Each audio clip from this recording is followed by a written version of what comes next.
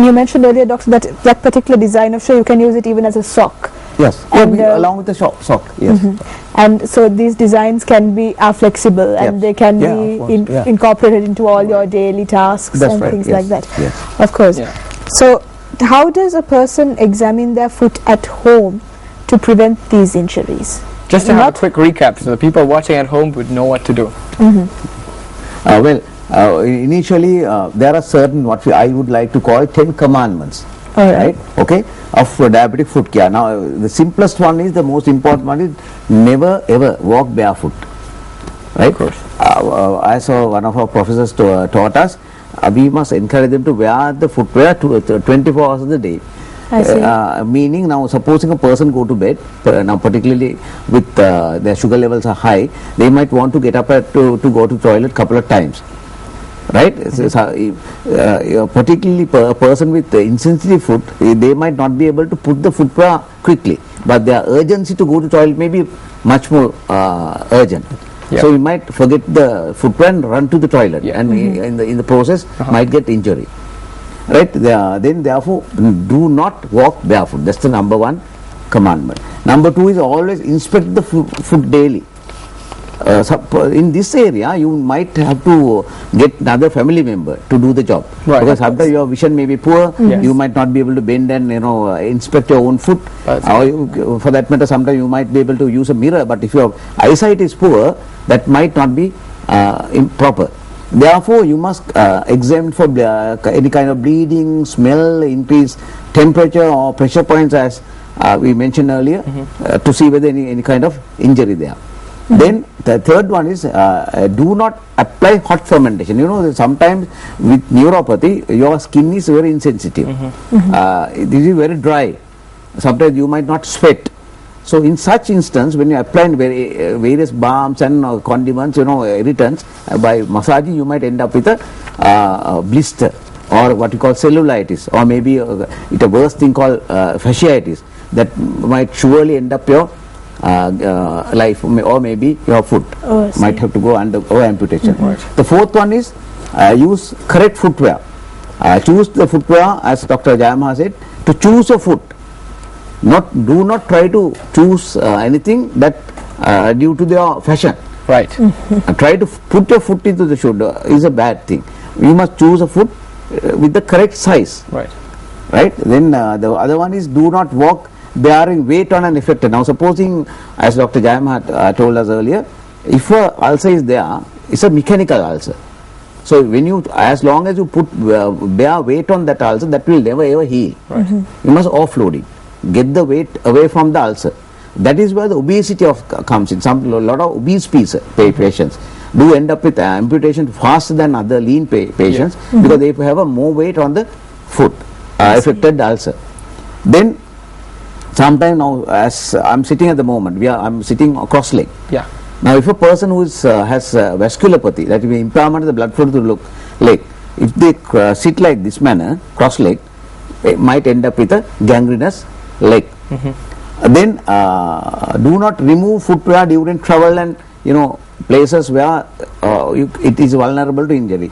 Traveling in the sense, particularly the certain van, when most people they sit behind the driver's seat, put their foot on the engine, and you get a ulcer in the heel. Mind you, when you get a foot ulcer in the heel, there's a famous saying among the doctors called, heel never heal. Because the heel is a area of pad of fat with lack of blood supply, not too much blood supply, and you get an ulcer there, very very difficult to heal. So you must be very careful that you must not get a heel injury. Then at least when cutting nails is very important. You must cut nails regularly, but with very cautious mind. Must always be better to get another person to do that job. And do not cut corns or do any home surgeries at home. Never do that. Go to the person who is a professional. And lastly, always clean the foot twice daily, but taking care of your, particularly in between toes. Right? If your skin is dry, apply some kind of moisturizing cream there, and keep the skin very elastic. So those are the 10 things that you must. Brilliant. The 10 commandments. And I really do hope everyone at home pretty much understood and take a lot from what you've said today. And we really appreciate both of you coming on the show and giving us to be more cautious about and knowing more about diabetes.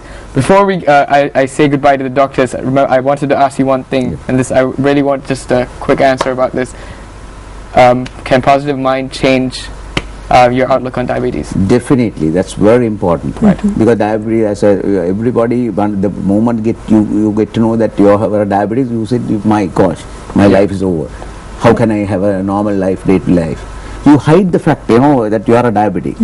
By doing so, you are exposing to unwanted opportunities. People might come and offer you sweet meat, certain various sweet drinks, where you can't refuse. Where you're hiding the fact that you are a diabetic. Right. So diabetes is not a disease that you should not get embarrassed with. It's a common metabolic disorder. As I told you, most people in the world are diabetic nowadays. So you must come up with the open mind to tackle the problem, and having a peaceful and a very positive mind will definitely keep the insulin level under control. Of course. All right. Once again, doctors, thank you so much, and we really appreciate you being on the show.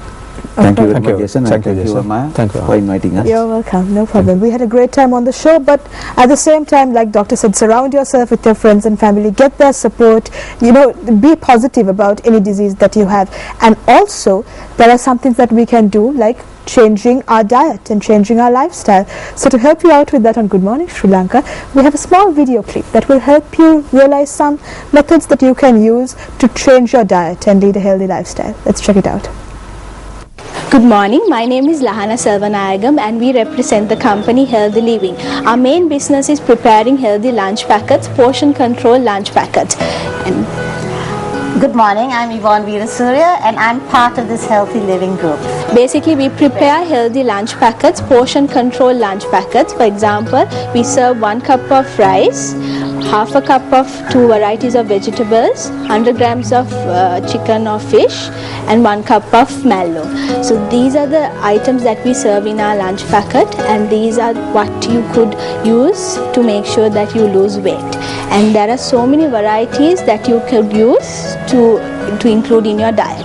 Now when we got into this business, we didn't know or didn't realize there's so much of a variety of green vegetables that are available in Sri Lanka. And here we have about a few that we have put on display. We have kohila, malai kola or Japan batu, gota kola, tembu, copper kola, which we normally use from the garden, kangkong, kurinya, tora, lunavilla, there's Lanka spinach and rata spinach, and katru moringa, bukananua, and niramolaya, ranavera, and passion fruit. And also, staying healthy is about portion control. You don't need to eat anything out of ordinary. It's just how you control a portion and what you choose to prepare. We have also found out ways of preparing fish, chicken in different ways. So these is 3 ways of preparing chicken. If you could explain. We have done the chicken in 3 different styles, fish in 3 different styles, and the soya in 3 different styles. We have the melon and the vegetable preparations. Now this chicken is with luna miris and tomatoes and onions and malu miris. This is a white chicken curry, which is with pepper and mustard, and this is the black curry, right? And the same preparation is in for the fish and the soya. The vegetables we have here today is the lady's fingers. This is kosata with tampala, and this is kohila. Here we've got a variety of 5 different varieties of vegetables, green leaves. This is a mixed up vegetable. That is mukulmana. This is tapioca leaves. This is tempu and Coca-Cola, which is these. And that is Kiri Aguna Cola. Okay. So as you can see, it's not expensive to be on a diet. People think that being on a diet is a very expensive thing, but you can easily prepare out of these varieties of green leaf. And it's again, once again, being healthy is about portion control, making sure you take the right amount of vegetables, the right amount of protein, you don't overeat, and also And the right type as well. and the right type. So Vegetables that are not correct. starchy. And also if you take the protein items, there are so many ways of preparing it healthy. You don't have to stick to the boiled chicken or the boiled fish. So you could have the white curry, the red curry, or the stew curry for lunch. And so once again, this would be a way of eating healthy and portion controlled. We do not use any coconut milk or oil. The only coconut that we do use is for the meldums, which is grated, a little bit of grated coconut. Here I have a bowl of mixed greens, which is kurenya and kiri angunala. And we take pains to really finely chop it, so it is easy eating as well. It's mixed up with onions, green chili, and lime and salt, with a little bit of grated coconut. Just to give it. Well, that's pretty much a quick run through on how to eat healthy, and that could pretty much help you have a healthier lifestyle here on Good Morning Sri Lanka. We really hope everyone enjoyed the show today about diabetes and having a healthy lifestyle. And that's we what will see you, hopefully. Good morning should I try to do? Hopefully, tomorrow.